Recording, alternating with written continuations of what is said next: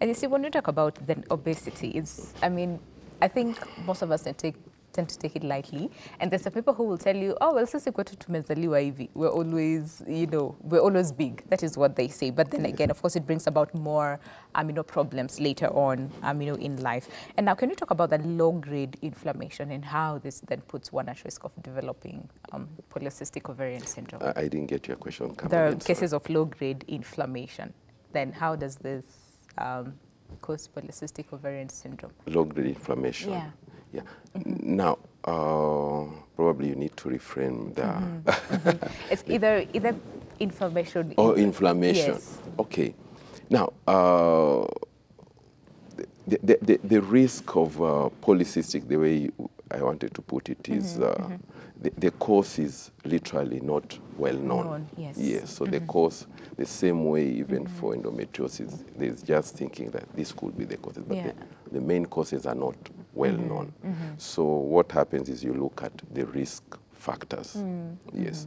So the same way I say the risk factors, first of all, are things like there could be hormonal issues. Yeah. And even hereditary. There could be hereditary hormonal issues. And that's why the first treatments when you want to give, you are looking at a myriad of treatment in terms of you can give medical. Sometimes you give medical with lifestyle. In fact, that has been shown to be quite helpful. Okay. Yeah, medical sometimes because you say, okay, fine, they have irregular periods. So you want to give them medicine so that they can ovulate timely and their menses. The first thing, in fact, it's always the easiest thing to treat when it comes to polycystic and fertility, because once you put them on treatment or even they reduce weight, then everything falls back in place. In place, okay. Yes. And then there are some people who either begin their menses very early or others too late. Are they at risk of developing polycystic ovarian syndrome? Well, I think that's a good question, because nowadays, yes, you get because of our dietary and all this. I think the time young women get their menses are quite early. Yes, and you'll find half of the time they might be predisposed, more or less through diet, to issues of polycystic, as opposed to before. Because nowadays, by sometimes even the age of 10, as early as that, even 9. You hear people having their menses. Okay, and then are there medical or some, let's say, type of medicine that probably if one is put on, and this is not because they have polycystic ovarian syndrome, but probably they have any other condition, and then some of the medication that they use might end up causing polycystic ovarian syndrome. Is there something like that? Well, that one is difficult to know depending on what you're looking at. Okay. Yeah, but I think what probably we know is in terms of treatment of the polycystic ovary, then the first thing you want to know is who are you dealing with?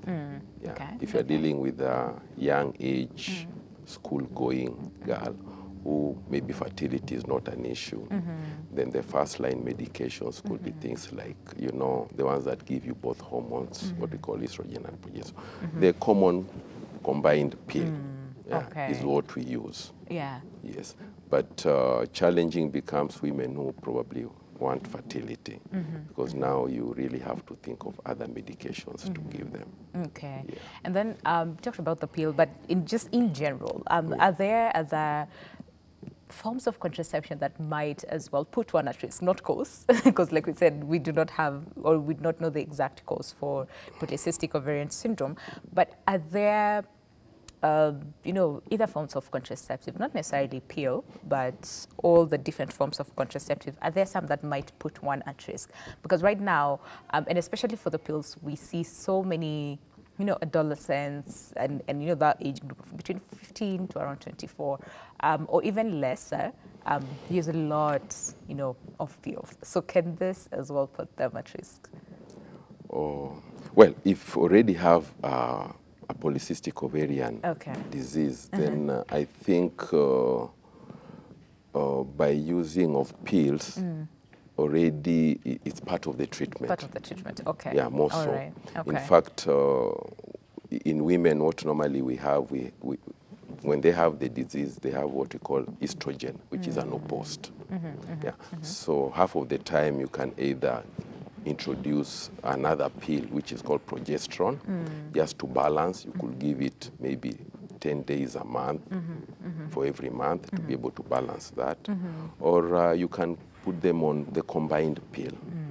Yes. Okay.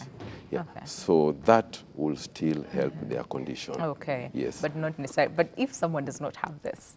If they might not have, I think seeing that is a hormonal issue and you're putting in hormones in your body, if you misuse them, maybe there could be a chance of, of that developing. happening. Yeah. Yes, yes. Okay. Yes. All right.